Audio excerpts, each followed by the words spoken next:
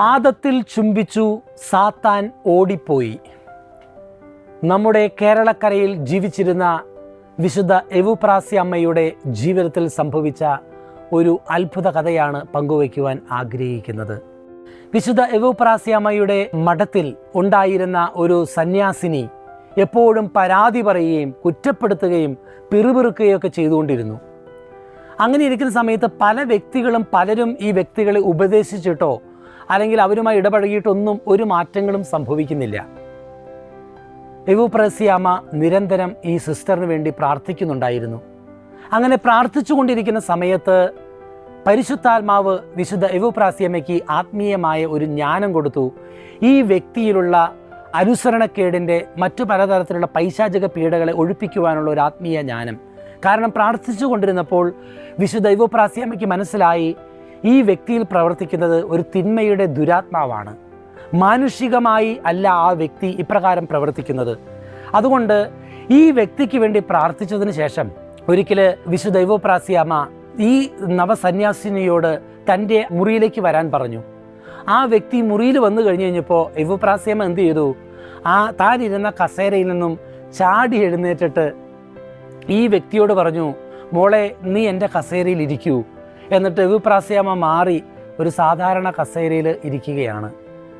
ഇങ്ങനെ ഈ ഒരു പ്രവൃത്തി ചെയ്തു കഴിഞ്ഞപ്പോൾ ആ നവസന്യാസിയുടെ മനസ്സിലുണ്ടായിരുന്ന പല തിന്മയുടെ സ്വാധീനങ്ങളും വിട്ടുപോകാൻ തുടങ്ങി.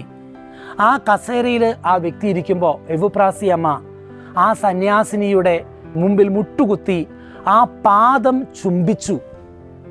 അങ്ങനെ പാദം ചുംബിക്കുന്ന മാത്രയിൽ എവുപ്രാസ്യ അമ്മ ദർശനത്തിൽ കാണുകയാണ് ഈ സന്യാസിയെ പീഡിപ്പിച്ചുകൊണ്ടിരുന്ന തിന്മയുടെ ദുരാത്മാക്കൾ, പൈശാചിക പീഡകൾ, അന്ധകാര ശക്തികൾ ഈ നവസന്യാസിനിയിൽ നിന്ന് വിട്ടുപോകുന്നതായിട്ട്. തിന്മയെ നന്മ കൊണ്ട് കീഴടക്കുക. സഹോദരങ്ങളെ, ഈശോ പറഞ്ഞ വചനങ്ങൾ വളരെയധികം ശക്തം തന്നെയാണ്. തിന്മയെ നാം കീഴടക്കേണ്ടത് നന്മ കൊണ്ടാണ്.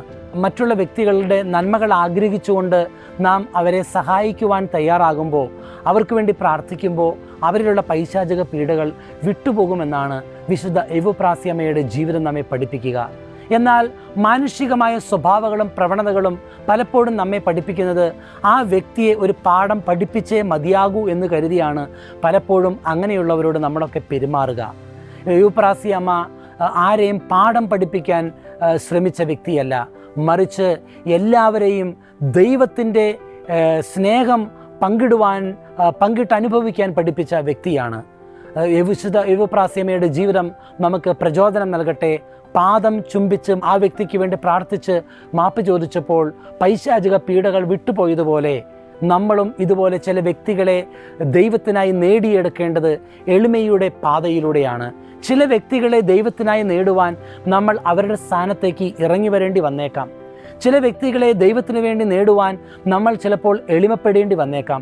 ചില വ്യക്തികളെ, ചില ആത്മാക്കളെ ദൈവത്തിന് വേണ്ടി നേടുവാൻ ചിലപ്പോൾ വ്യത്യസ്തമായ ജ്ഞാനത്തിലൂടെ വ്യത്യസ്തമായ കാര്യങ്ങൾ നമ്മൾ പ്രകടിപ്പിക്കേണ്ടി വന്നേക്കാം.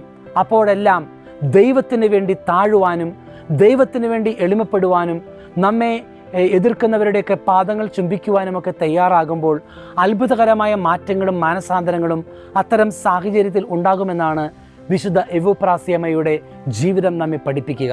അതുകൊണ്ട് കുടുംബ കലഹമുണ്ടാകുമ്പോൾ ഭാര്യയും ഭർത്താവുമായി ആയിക്കൊള്ളട്ടെ, മക്കളും മാതാപിതാക്കന്മാരുമായി തമ്മിലായിക്കൊള്ളട്ടെ, സ്കൂളിലും കോളേജിലുമൊക്കെ പഠിക്കുന്ന വ്യക്തികളൊക്കെ തമ്മിൽ ചില ഇഷ്ടക്കുറവുകളും അസ്വാരസ്യങ്ങളൊക്കെ ഉണ്ടാകുമ്പോൾ നമ്മളതിനെ മാനുഷികമായി എതിർക്കാതെ അങ്ങനെയുള്ളവരെ പാഠങ്ങൾ പഠിപ്പിക്കുവാനായിട്ട് ശ്രമിക്കാതെ അവരുടെ മുമ്പിൽ ദൈവത്തിൻ്റെ തന്നെ ഒരു പാഠപുസ്തകമായി മാറിക്കൊണ്ട് നമ്മുടെ സാന്നിധ്യത്തിലൂടെ, ദൈവാനുഭവത്തിലൂടെ, നമ്മുടെ പ്രതികരണത്തിലൂടെ ദൈവാനുഭവത്തിലേക്ക് അവരെ നയിക്കുവാൻ നമ്മൾ പരിശ്രമിക്കണം. അപ്പോഴാണ് നമ്മളിലൂടെ മറ്റുള്ളവർ ദൈവത്തെ രുചിച്ചറിയുന്നത്. വിശുദ്ധ എവുപ്രാസ്യ അമ്മയുടെ ആ പാദം ചുംബിക്കുന്ന ആ എളിമപ്പെട്ടുള്ള പ്രവൃത്തിയിലൂടെയാണ് ആ നവസന്യാസിനിക്ക് അത്ഭുതകരമായ ഒരു മാനസാന്തരം സംഭവിച്ചത്. നമുക്ക് പ്രത്യേകമായി പ്രാർത്ഥിക്കാം. വിശുദ്ധ എവുപ്രാസ്യ അമ്മയുടെ മാധ്യസ്ഥം ഇങ്ങനെയുള്ള മേഖലകളിൽ അനുദിന ജീവിതത്തിലുണ്ടെങ്കിൽ പ്രത്യേകമായി യാചിച്ചുകൊണ്ട് നമ്മൾ പ്രാർത്ഥിക്കുകയും ചെയ്താൽ അത്ഭുതകരമായ മാറ്റങ്ങൾ സംഭവിക്കും എന്നുള്ളതിൽ സംശയമില്ല. ദൈവം നിങ്ങളെ അനുഗ്രഹിക്കട്ടെ.